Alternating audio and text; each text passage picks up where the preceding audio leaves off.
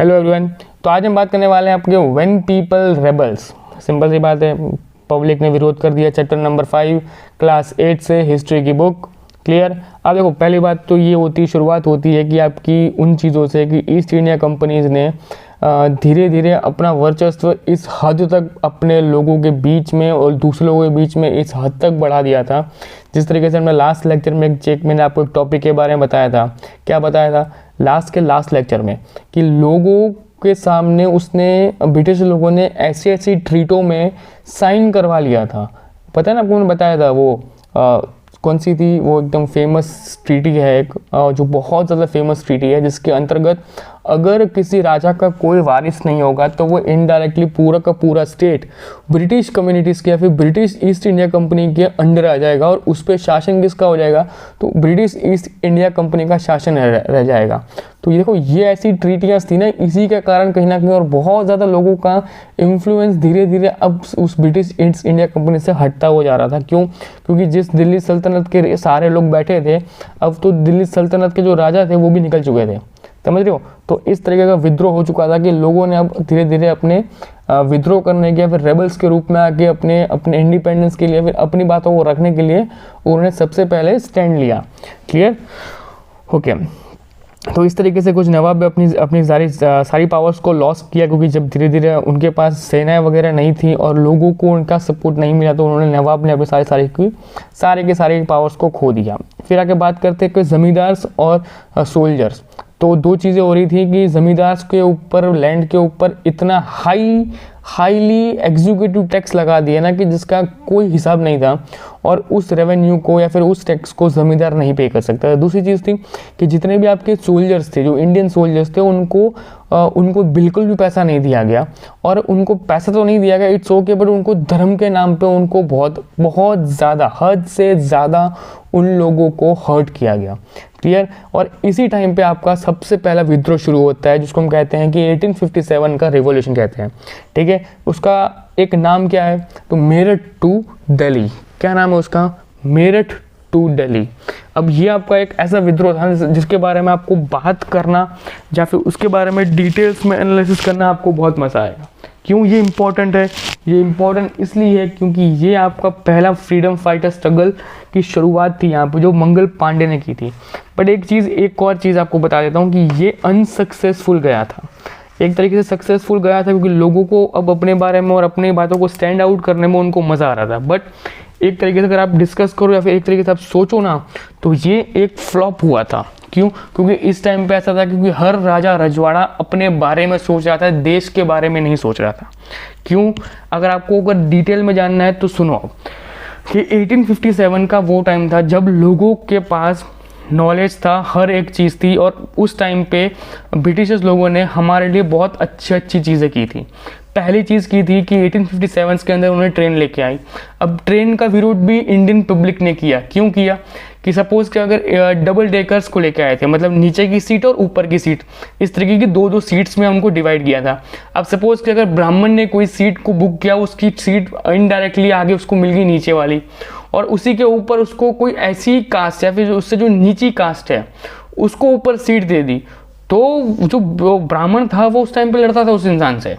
और टीटी आ गया, तो टीटी ब्रिटिश इंडिया का इंसान था, मतलब फॉरेन का था, यूरोपियन था, ब्रिटिशर था।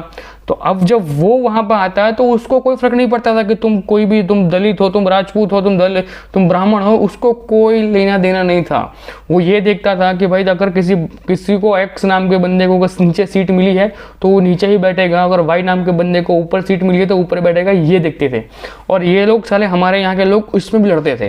तो अब इसका भी विद्रोह किया गया कि ब्रिटिशर्स लोग तो हमारे साथ है ही नहीं, और पंडित लोगों का विरोध करने के लिए, फिर अपर कास्ट को नीचा ब्लेम करने के लिए, फिर उनकी पावर्स को घटाने के लिए ईस्ट इंडिया कंपनीज ने इस तरीके के नए ट्रेन्स को उपलब्ध करवाया है।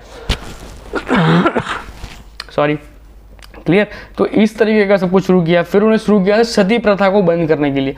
यह भी एक अच्छी बात थी कि सती प्रथा थी उसको बंद किया जाएगा। बट आपका मेन पॉइंट है ना, वो मेन पॉइंट ये आता है कि पहले जितना कारतूस था, जो बुलेट होती थी, उसको मुंह से तोड़ के क्या करते थे, उसको मुंह से तोड़ के उसको गन की नली के अंदर डाल के उसके अंदर एक छोटी सी बॉल डाली जाती थी और उसको दबाया जाता था।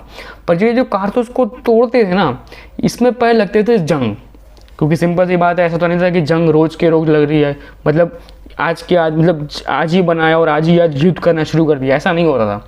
कई बार तो कुछ कंटेंट ऐसे होते थे जो यूरोप से एक्सपोर्ट करने पड़ते थे या फिर यूरोप से मंगवाने पड़ते थे और यहाँ पे आने तक उनमें रोस्टिंग, मतलब उसके अंदर काट लग जाता था, वो लोग जंग खा जाते थे। तो वो जो जंग खाई बुलेट्स थी ना, वो फ्लॉप हो जाती थी।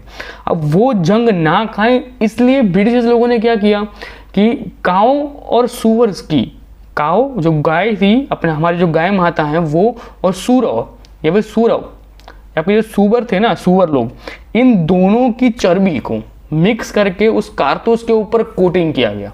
अब कोटिंग करने का रीज़न था कि जिससे कि उसके अंदर रस्टिंग ना हो, उसमें कोई काट ना लगे, उसमें जंग ना लगे। अब देखो सिंपल सी बात है, अगर आप पंडित को, उस टाइम पे सिचुएशन ये थी कि 1857 के अंदर जितने भी लोग थे, मेजोरिटी 2 कम्युनिटीज़ या फिर 3 कम्युनिटीज़ को बहुत ज़्यादा बल्क में रखा गया था। कौन कौन सी? एक ब्राह्मण्स को, दूसरी राजपूत को और तीसरा मुसलमान को। इन तीनों को बल्क में भर्ती किया गया था 1857 के टाइम में ब्रिटिश इंडिया ने अपनी आर्मी के अंदर। अब अगर आप किसी के धर्म की चीज़ों को उसमें इंक्लूड कर दोगे तो वो लोग तो विद्रोह करेंगे ही करेंगे। तो उसी का विद्रोह इसमें शुरू हुआ 1857 के अंदर। इसका शुरू हुआ किस तरीके से? जब इस कारतूस को बनाया गया तो आप सिंपल सी बात है, अगर कोई हिंदू है, कोई पंडित है, कोई कट्टर पंडित हो या ना हो, उसका फर्क नहीं पड़ रहा हूँ मैं बोल रहा हूँ कोई इंसान हिंदू है, ठीक है। अब हिंदू के अंदर आपके राजपूत भी आ गए, ब्राह्मण्स भी आ गए, दलित्स भी आ गए, सब आ गए, सब A to Z सारी कास्ट आ गई। एक मुसलमान अलग रखो, ठीक है। अब मैं ये समझाने के लिए बोल रहा हूँ कि अगर उस हिंदू के अंदर उनको बोला गया, वो लोग गाय को, हम लोग गाय को माता मानते हैं, क्लियर, हमको गाय माता उनको कहते हैं। अब उसको आप उनको बोलोगे कि उस कारतूस को आपको मुंह से फाड़ना है, तो कोई इंसान नहीं है इसको एक्सेप्ट करने वाला। मुसलमान लोग उस टाइम पे ये मानते थे और आज भी मानते हैं कि अगर उनके मुंह से अगर सूअर निकल जाए तो वो मतलब कह लो कि बहुत टाइम तक या फिर बहुत सालों तक वो अशुद्ध माने जाएंगे, उनका जो मुंह है वो अशुद्ध हो जाएगा। अब उनके बोलने मात्र से वो चीज़ अशुद्ध होती थी, तो जब उनको तो मुंह से उस पूरे को पूरे उस चीज़ को फाड़ना था। तो अब दोनों कास्ट विद्रोह करेगी, सिंपल सी बात थी। यहीं पे सबसे बड़ा विद्रोह शुरू होता है जब मंगल पांडे अगेंस्ट में खड़े होते हैं और वो बोलते हैं कि भाई ये चीज़ हम सहन नहीं करने वाले और इसके अगेंस्ट में विद्रोह किया जाएगा। और इस विद्रोह के अगेंस्ट में उनको 1857 29 अप्रैल के दिन उनको फांसी दी गई, जब उन्होंने अपने ही एक ऑफिसर को गोली मार दी थी। अपने ही ऑफिसर को उसने मार के तोड़ दिया था, मतलब मार के तोड़ दिया था, क्लियर, ओके। दूसरी चीज़, एक और चीज़ होती है कि ये लोग जब यहाँ से निकलते हैं तो आर्मीज़ यहाँ से जितने भी सोल्जर्स थे वो 10 मई के आसपास में यहाँ से निकल के सीधा दिल्ली पहुँचते हैं और दिल्ली में जाके सारे के सारे लोगों को मार डालते हैं। लोगों जहाँ पे लोकल आर्मीज थी उन सबको, जो ब्रिटिश पीपल्स थे उन सबको मारते हुए निकलते हैं। और जो वहाँ की दिल्ली की जो आर्मीज थी, अभी दिल्ली की जो सेना थी, उन्होंने इनका स्वागत किया। और इनके स्वागत करने के साथ साथ होता ये है कि आपका शाह जफर था उसको डिक्लेयर करते हैं कि ना यू आर द किंग, और यू मतलब अब तेरे को सारा का सारा किंगडम तेरे को दिया जाता है, तू यहाँ से शासन कर, अब तू जो बोलेगा वो लास्ट डिसीजन होगा। और इसलिए यहाँ इस तरीके से शाह जाफर को फिर से किंग डिक्लेयर किया जाता है, जिसकी गादी को ऑलरेडी ब्रिटिशर्स ने हटा दिया था। क्लियर आपको अब दिमाग में आया कि मंगल पांडे या कह लो या फिर 1857 का जो विप्लव कहते हैं, हम रिवोल्यूशन कहते हैं, उसकी डिटेल्स में क्या चीज़ें आपको याद आ गई आप लोग। दूसरी चीज़, आपको एक और चीज़ पढ़नी चाहिए जो इसके साथ रिलेटेबल है।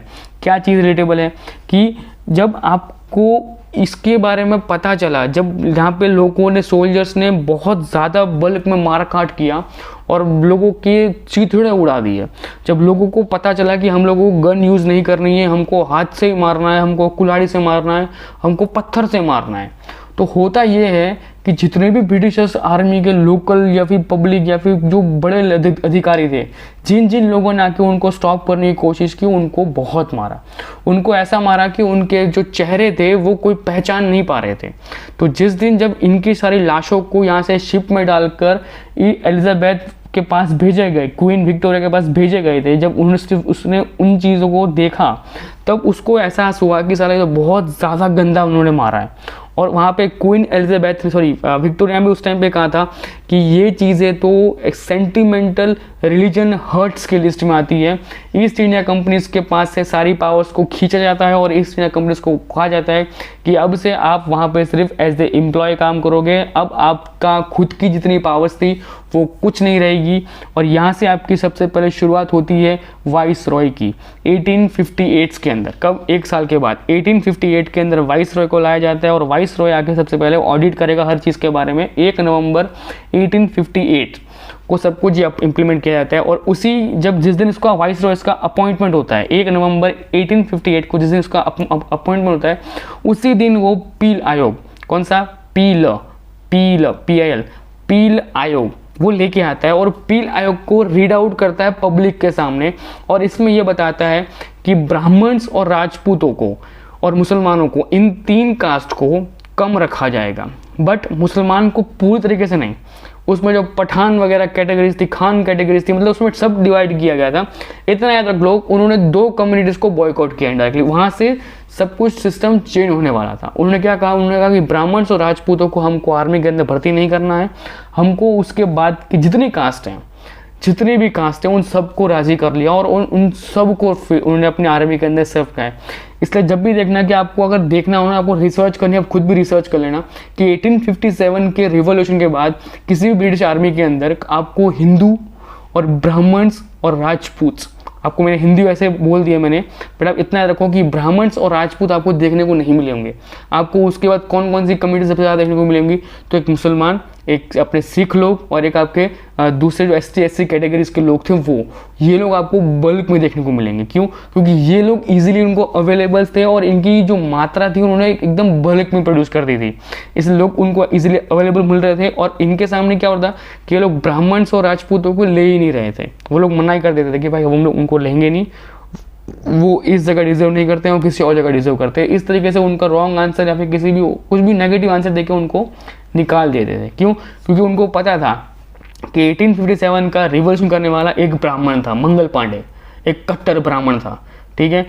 और उनको उसी बात का उनको गम था कि अगर वो चीज़ नहीं होती तो आज भी हमारा तंत्र एकदम व्यवस्थित या फिर हमारा एकदम शांति सब कुछ चल रहा होता और कुछ भी नहीं होता। इसलिए उन्होंने ज़िंदगी में पहला नियम बनाया कि ब्राह्मण और राजपूतों को आर्मी के अंदर भर्ती वहाँ पे नहीं करना है, बाकी कोई और कास्ट को हम लोग भर्ती कर सकते हैं। तो है अब होता ये है कि ईस्ट इंडिया कंपनीज को फाइट बैक करना होता है। तो फाइट बैक के रूप में क्या करती है कि सबसे पहले तो वो जाके दिल्ली के अंदर अपना फिर से शासन शुरू कर देती है और शाहजहाँ को या फिर शाह जफर को वापस अपनी गादी को हटा के वापस से अपनी दिल्ली सल्तनत के ऊपर ईस्ट इंडिया के बैठ जाती है और री इन्फॉर्मेस करती है पूरे स्टेट्स को, पूरी दिल्ली को अच्छे से फिर से रिकैप्चर करके री इन्वेस्ट करके उसमें उसको अच्छे से बनाते हैं। और उसको बनाने के साथ साथ उसके अंदर अब वो लोग अपनी आर्मीज को डिप्लॉय करते हैं, अपने ट्रूप्स को डिप्लॉय करते हैं। वहाँ पे एक स्ट्रिक्ट रूल एंड रेगुलेशंस को इम्प्लीमेंट किया जाता है। आफ्टर द मैच मतलब होता ये कि जब ये सब कुछ हुआ ना, तो उसके बाद एक और चीज़ जो एक और इंसान वहाँ से भेजा गया था उसको हम कहते हैं ऑफिस ऑफ द या फिर officer of the secretary states. ये एक बॉडी क्रिएट की गई जो इंडियन कॉन्स्टिट्यूशन को एडवाइस देगी, समझ रहे हो, कि इंडियन पब्लिक्स को क्या करना चाहिए, किस तरीके से उनको उनके धर्म या फिर उनके रिलीजन या फिर उनके सेंटीमेंट या फिर कितनी कास्ट है, उन कास्ट में क्या क्या चीज़ों में किस तरीके से क्या क्या चेंजेस आप कर सकते हो, नहीं कर सकते हो, ये सब चीज़ें का नॉलेज, सब चीज़ों के बारे में डिटेल से बातें इनके पास होंगी जो होंगे आपके secretary of the states. Clear? Okay. और ये आपके होंगे वाइस रॉयस के नीचे, याद रखना ये होंगे किसके? वाइस रॉयस के नीचे होंगे। लास्ट डिसीजन तो वाइस रॉयस का होगा, समझ में आ गया आपको? तो ये आपका वाइस रॉय था। ओके। एक और चीज़ याद रखो जो आपको बताना भूल चुका था कि 1857 के टाइम पे लॉर्ड कैनिंग ये आपका गवर्नर जनरल था, याद रखना। लॉर्ड कैनिंग या फिर कह लो कि वाइस रॉय, गवर्नर जनरल, कुछ भी करो, पर इतना रखो कि Lord Canning was one of the important character. Clear? बाकी जितना कुछ मैंने आपको बताया वो सब कुछ इसके अंदर इंग्लिश में दिया हुआ है, इसको एक बार रीड करना, जिससे कि अगर आपको कोई आलतू फालतू डाउट हुआ तो वो भी आपको क्लियर हो जाएगा आपका। ठीक है, क्लियर? तो आज के लेक्चर में इतना ही। बाकी जितना कुछ दिया हुआ है ना, डेलहाउसी देखो, ये General Dalhousie announce the death of the Bahadur Shah Zafar, ये जितनी चीज़ें मैंने आपको ऑलरेडी ऊपर बता दी मैंने कि उसने विद्रोह किया, उसने उसको हटा दिया, फिर से वापस आकर उसने रिकन्स्ट्रक्ट दिल्ली को किया, रेड फोर्ट के आसपास का एरिया का जितना वो उसको अच्छे से मेंटेन किया, जितना कुछ करना उसने लोगों ने डिटेल्स में किया, उन्होंने बहुत प्यार से किया है। ठीक है, उन्होंने इतनी जल्दी जाने कुछ दिया नहीं था, उन्होंने बहुत जल्दी सब कुछ रिकैप्चर कर लिया था हर चीज़ के बारे में। क्लियर। तो ये आपका कुछ पूरा का पूरा विप्लव था जो आपको पढ़ना था। ठीक है, तो आज के लेक्चर में इतना ही। तब तक वीडियो को लाइक करना है और चैनल को सब्सक्राइब करना है। मिलते हैं नेक्स्ट लेक्चर में। Bye bye, take care.